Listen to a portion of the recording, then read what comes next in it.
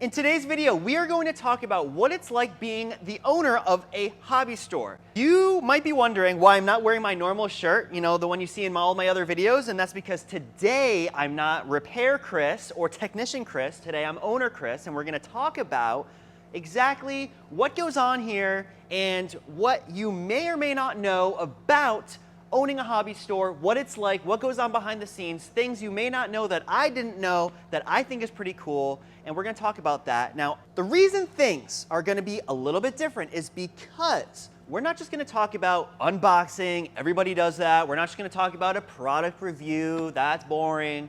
The first video I made was about this truck that you see right here. Now, I've done a lot of stuff to it. If you want to know what I've done to this thing, I have a lot of other videos that talk about it. But obviously, I have different tires than you guys have ever seen, and we're gonna have a little bit of fun with this thing at the end of the video.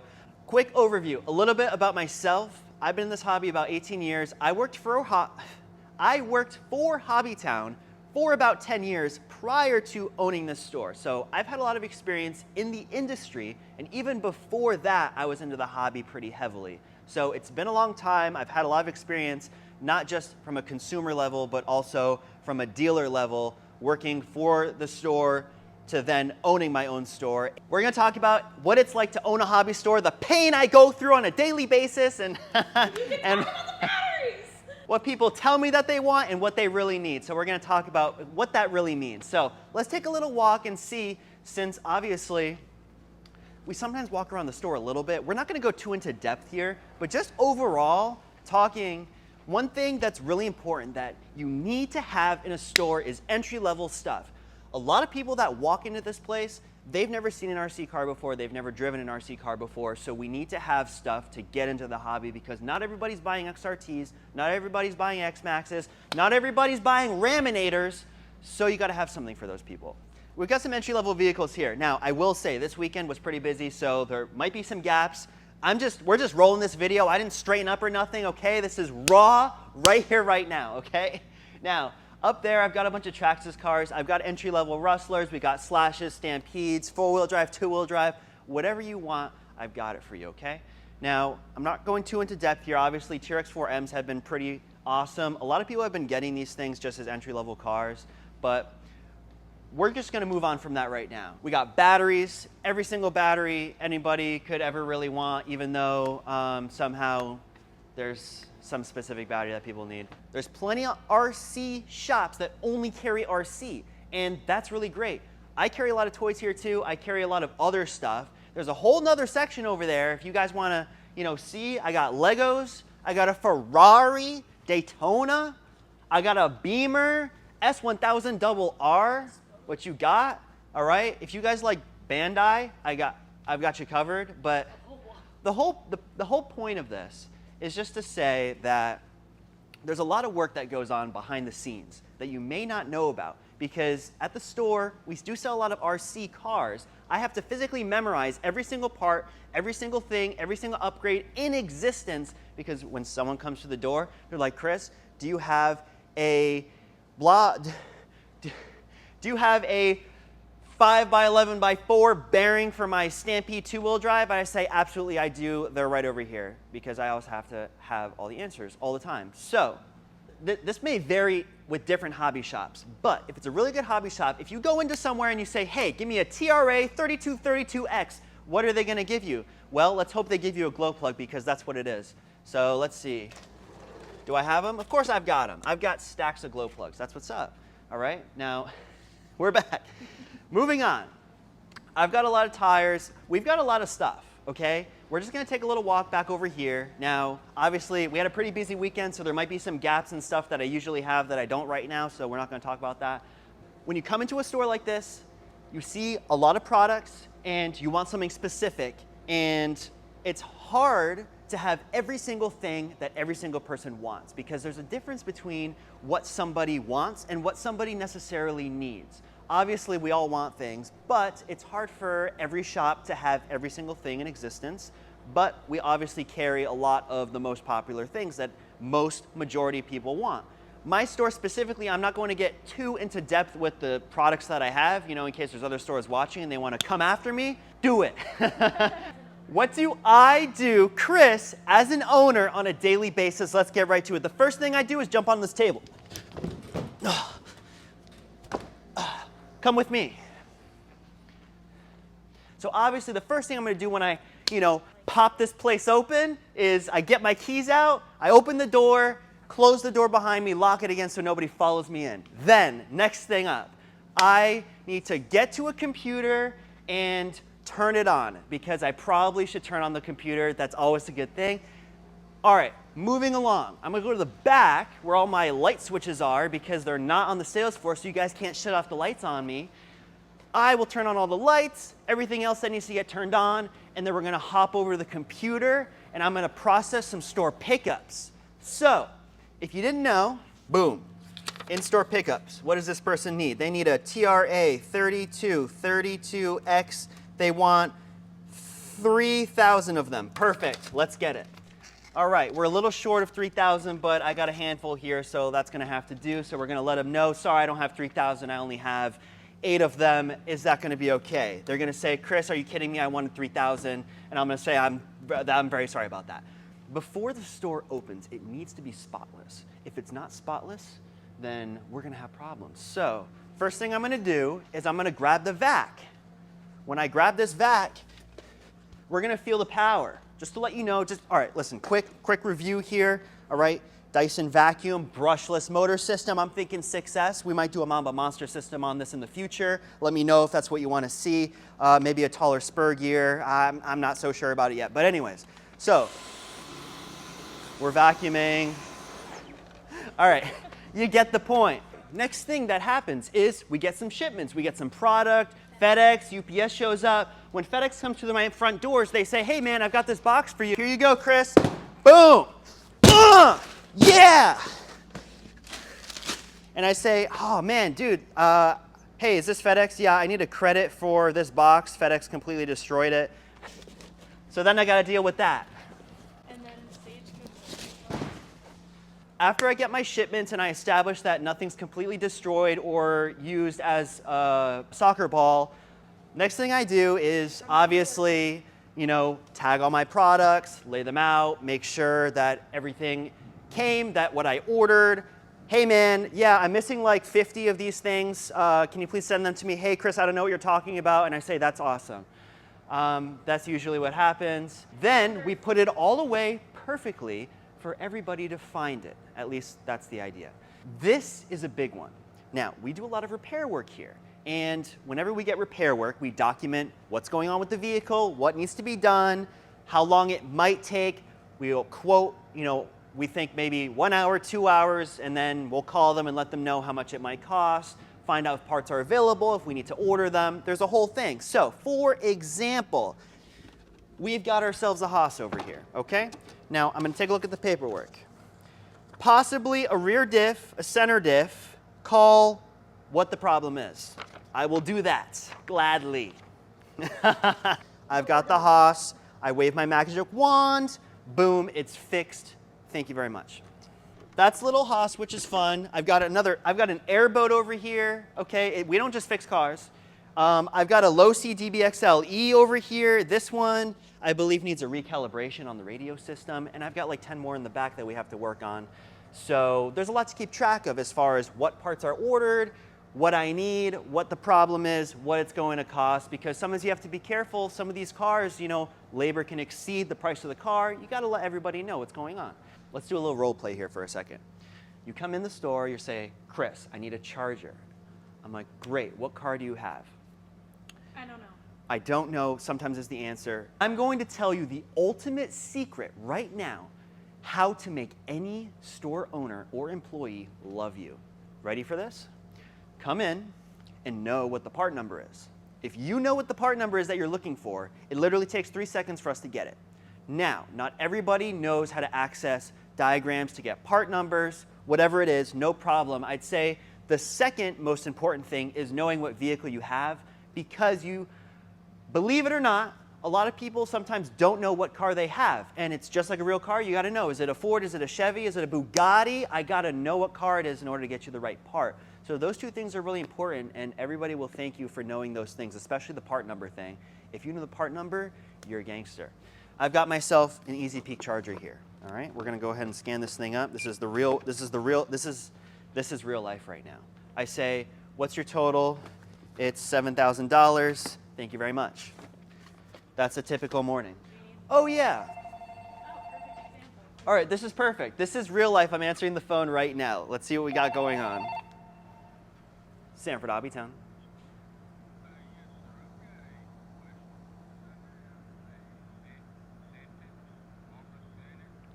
Arma Centon. Yep. Okay. So what store did you get it from? Tampa. Okay, did you already reach out to them directly? Okay. Now, the vehicle you purchased, there's a few different variations of it, and one of them comes with the battery and the other one does not come with the battery. It should be labeled on the box which version it is. Okay. Okay, so you're saying the box indicated the battery should be included and it wasn't included in the box. Okay. What I would do, so if you've already reached out to Tampa, did they tell you like anything specifically about what to do? Okay. Wow. Yeah, okay.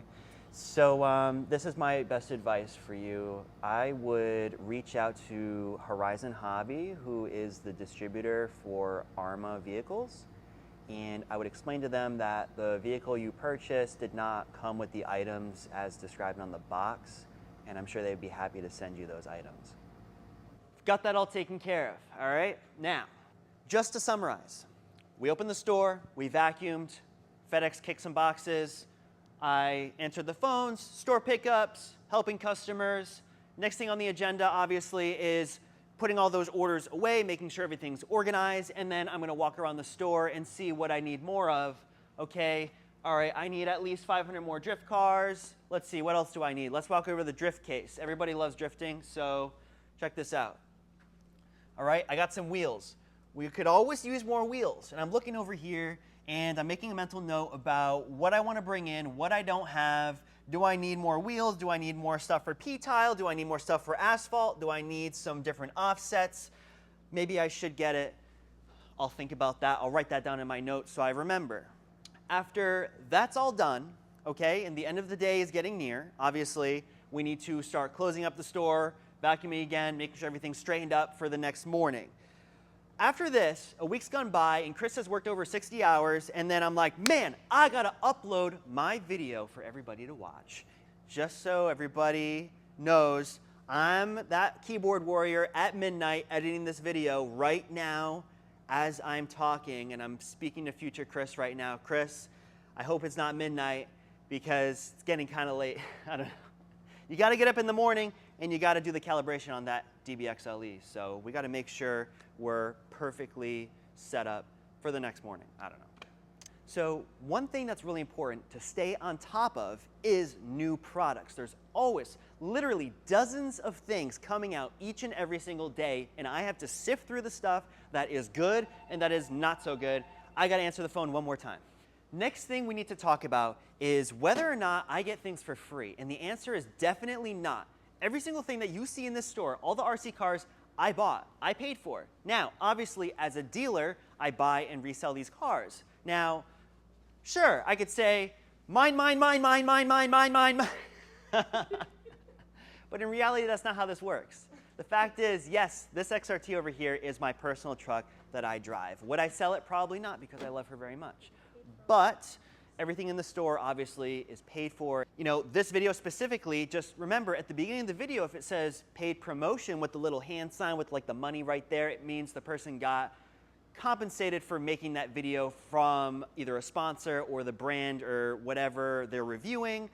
Obviously, you probably don't see that in my videos because I'm not getting any sort of that stuff. These videos I'm just making in my free time after I'm done working, I don't know, 65 hours a week. I'm like, all right, Kat, I gotta make a video, so here we are right now. So Chris, did you get your motor for free?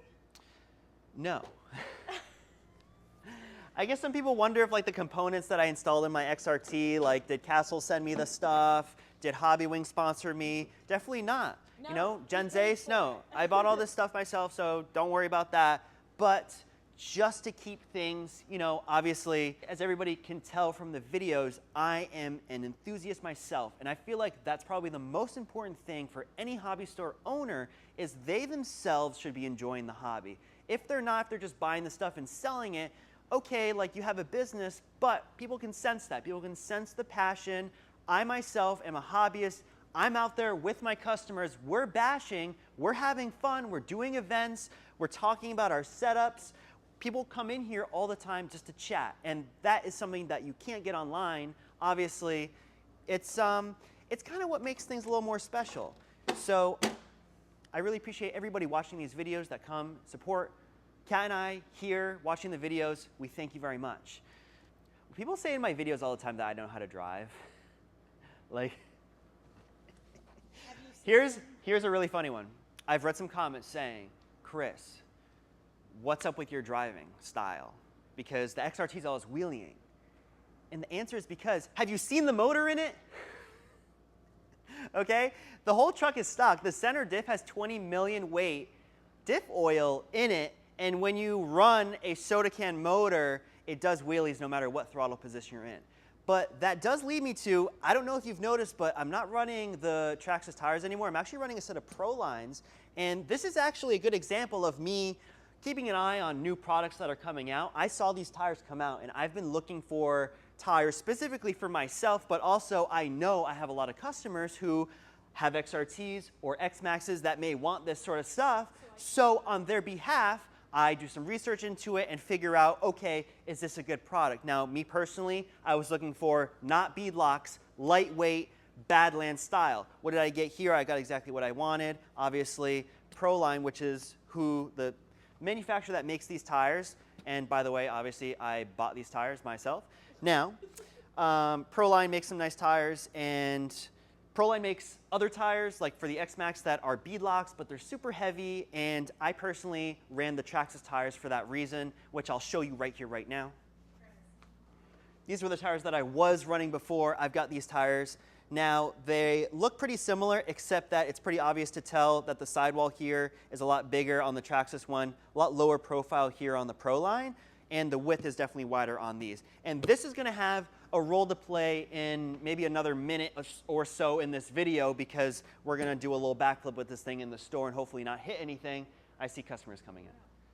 One of the biggest parts of my job is making sure that I have something for everybody. Not everybody is driving giant XRTs. Some people might be just getting into the hobby, and you need to make sure that you have those items for everybody. Me personally, when somebody's getting into the hobby, I say, hey, do you want a tool set? An entry-level tool set. Usually, I don't just go to the most expensive set and say, you need this one, because unless you're building a bunch of techno, truggy race trucks full made entirely of titanium, you probably don't need these right off the bat. So yeah, we try to educate everybody as much as we can whenever anybody needs it or asks for it. Usually, the next thing I'll do is I'll grab my E30 up here, set her on down, and I'll get my drift on real quick. All right, turn on my radio, make sure I'm on the right model memory. Oh yeah. I don't think I've shown this car on the channel yet, so let me know if you want to see more drift stuff. We're just going to shred the gnar here real quick. All right. We're just going to shred it here a little bit. Oh yeah. There we go. Bring it on around. Yeah. Now we're talking. Oh yeah, gotta get that proximity. Can I drift while answering the phone, while jumping over it? Let's see. Nope, I'm just gonna crash. Oh yeah, look at that angle. Heck yeah. This thing drifting around the Raminator like it's its job. Try not to hit anything.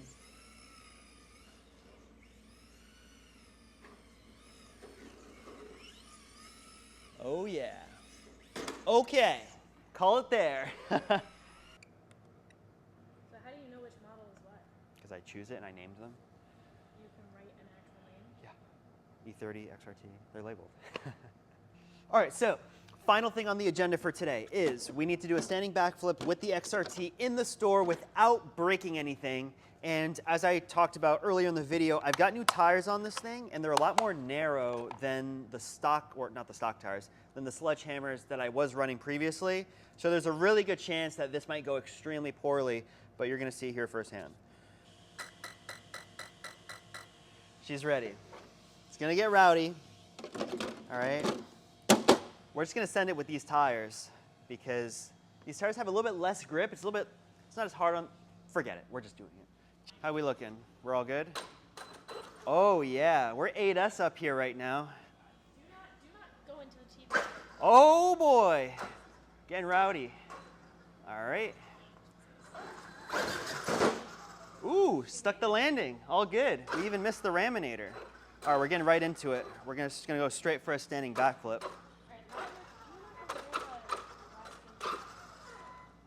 All right, you ready? Ooh, first try, let's go. Batteries aren't even charged. That's one way to end the video, all right? So, thank you so much. No, the reverse is only at 25%. I guess I could if I turned it up. You can, yeah. Anyways, that finishes out today's video. I hope you enjoyed today's video. If you have any questions, let me know down in the comments. I appreciate everybody watching. Subscribe if you haven't, and I will see you in the next one.